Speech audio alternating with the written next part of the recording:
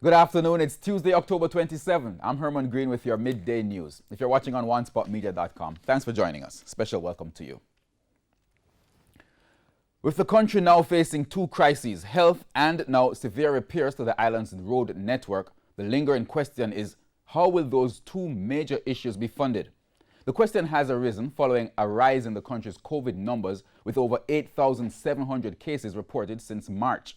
But now, with the rains over the past week, the road networks have taken a battering, with the local government minister, Desmond McKenzie, telling TVJ News yesterday that repairs could cost an estimated $1 billion.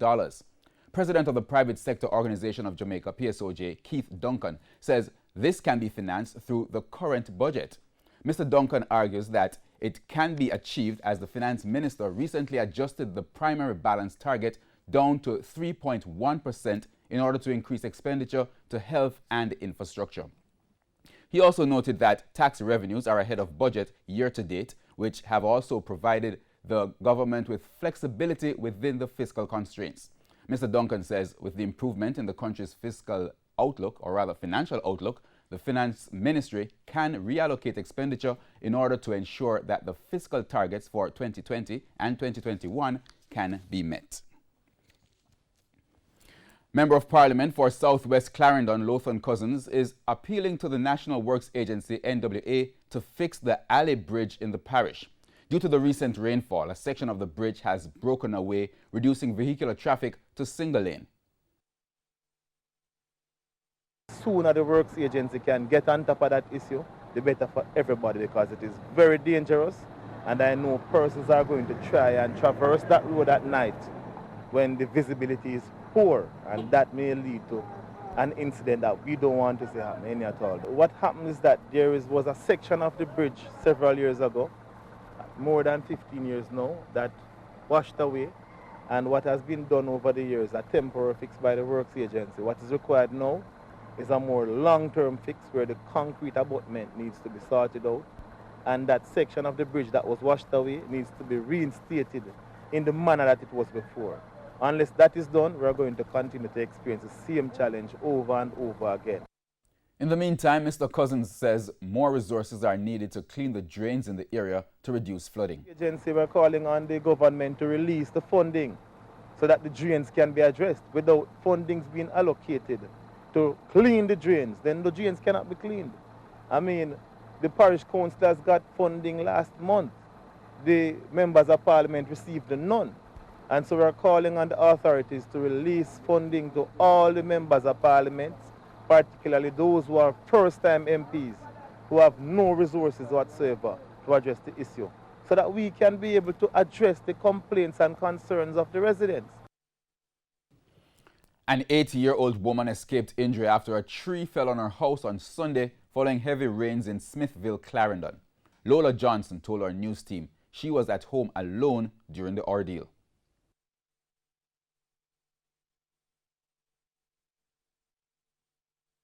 Yeah, when something come down on the house top, but I never know what. I never know say I did the tree. But in a minute, now while I see water start come down, and when my grandson come on and go around and say, I did tree here now. But that's all I know all about. I was so shaken up, all I know me shake up a week as rat. All I could just sit down, hold me on tight, and I close my eye, you know. Me shut me high and sit down where me alone is here. The island has experienced persistent rain recently due to outer bands of tropical storm Zeta passing close to the island. While Zeta was over open ocean on Sunday, Jamaica and Honduras were getting heavy rains because the system is so large. Zeta made landfall in the Yucatan Peninsula north of Tulo, Mexico as a Category 1 hurricane Monday night, bringing heavy rains and possible storm surges to a region struck by Delta just 3 weeks ago. And residents in Sukaba Gardens, Old Harbour, St. Catherine are fuming after their houses were flooded on Sunday because of the heavy rains. They say it's not the first time it has occurred, but it has gotten worse since the construction of a wall by one of their neighbors. They showed TVJ News evidence of the water. They say numerous attempts have been made to have the issue rectified with the neighbor, but nothing has been done.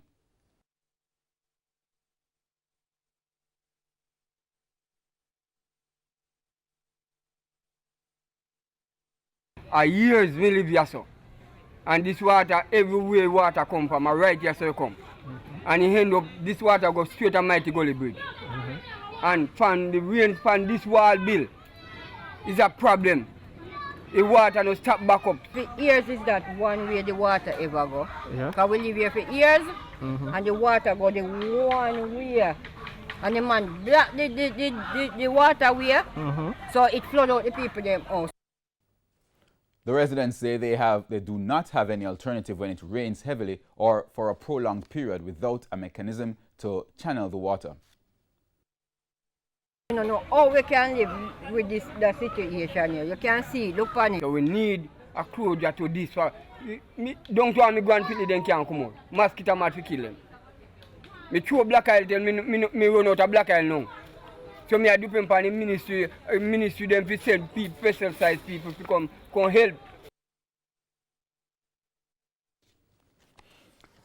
Representatives of the Kingston and St. Andrew Municipal Corporation, KSAMC, toured sections of the corporate area that were affected by the recent rains. The corporation sent our news team footage and comments from the chairman about the damage. Details in this report. Stagnant muddy water in streets, yards and homes from Seaview Gardens on the western end of the city to 9 Miles Bull Bay on the eastern side. Residents say they are still shaken by the experience. Bad, coming out, I'm gonna sleep. We'll watch the road. After almost a week of torrential rains, the local authority, the KSAMC, says it's still assessing while clearing roads. We are doing the evaluation. We have not received the report as yet. As you would be aware that the rains just kind of eased today. Roads in the Linders Gap, Dallas Castle, Cane River Fall, Cane River and Constitution Hill. We have also been clearing roadways in the Mavis Bank division, namely the Guapa Ridge and All's Delight. KSAMC Chairman Mayor Delroy Williams says focus was put on clearing the Chalky River under the 9 Miles Bridge, which was in spate, threatening lives and properties. It was bad because we have to take out the whole of folks them out of the house, carry them next door. Last night, there are sections of the Chalky River adjacent to Wees Road that the water had overflowed onto Wees Road and causing flooding in some homes along Wees Road. Hopefully the work we are doing here now in the short term will mitigate against that. But I foresee that we'll have to continue working here. Local Government Minister Desmond McKenzie described the damage as extensive, with an expected bill of more than $1 billion. Mayor Williams was questioned about the possibility that shoddy work on roads is the reason behind so much damage a few months after being built or repaired. Mr. Williams says the corporation's engineers have been monitoring the concern. We have stepped up our inspections. There are inspection schedules now for our roadways, our road network in the municipality. So we have scheduled inspections of all our roadway on an annual basis. So I would say that the municipality is aware of some concerns by our residents, and we are also concerned as a municipality. So we have increased the frequency of our inspections of roadways, not only roads that we have repaired, but the entire road network. It's time now for a break here on the Midday News, but please stay with us. More news when we return.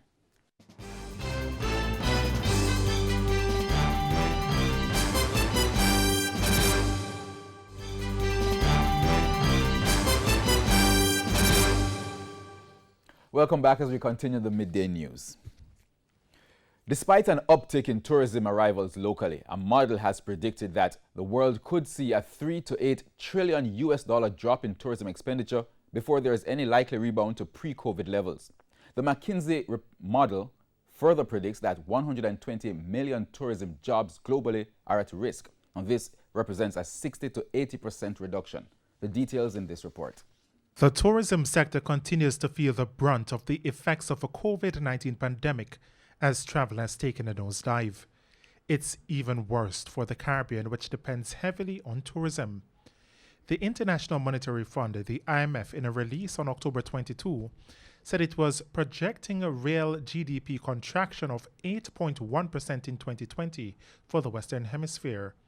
It noted that recovery is expected to be protracted, with forecast growth of 3.6% in 2021, However, it noted that most countries will not go back to pre-pandemic GDP until 2023 and real income per capita until 2025, later than any other region.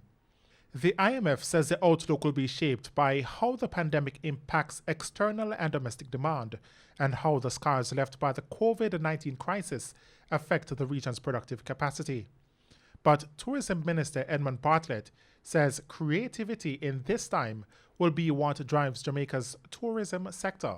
With majority of the island's foreign direct investments coming from tourism, he says it's not time to sit and watch what will happen. As thought leaders, Jamaica is proactively taking a vital role in recovering and rebuilding the spirit of travel by restoring the trust and confidence of travelers in our destination. Today is tangible evidence of Jamaica and the Global Tourism Resilience Crisis Management Center's resolve to ensure resilience in this new COVID endemic world. It's why the ministry, in collaboration with the Global Tourism Resilience and Crisis Management Center, has launched the Jamaica Cares initiative. The program, which will cost each visitor to the island $40, will take into consideration the security and any medical emergency which may happen. The program protocol will ensure our ability to welcome travelers to Jamaica safely, knowing that in the worst case scenario, they will be treated to the gold standards of care and service. By building an alliance that looks at the travel experience from home to Jamaica and back home again, as these resources are understood and implemented, we expect our destination will follow, and other destinations too will follow this new gold standard of care. It will become more prevalent, and the travel sector will benefit globally. Through preparations for the unexpected.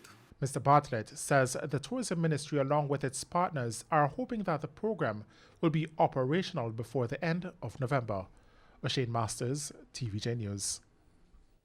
The COVID-19 death toll in Jamaica has increased to 196 after 4 more persons died from the respiratory illness yesterday.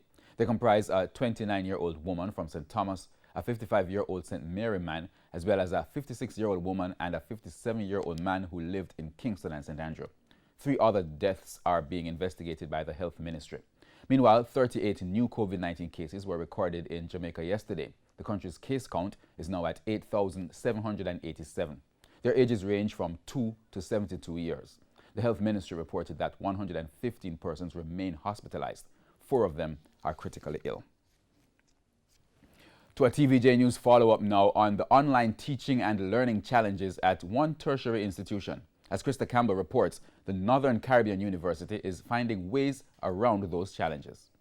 Remote learning at the Northern Caribbean University in Manchester has been helping students across the island and other countries in the region continue with their studies from a safe distance.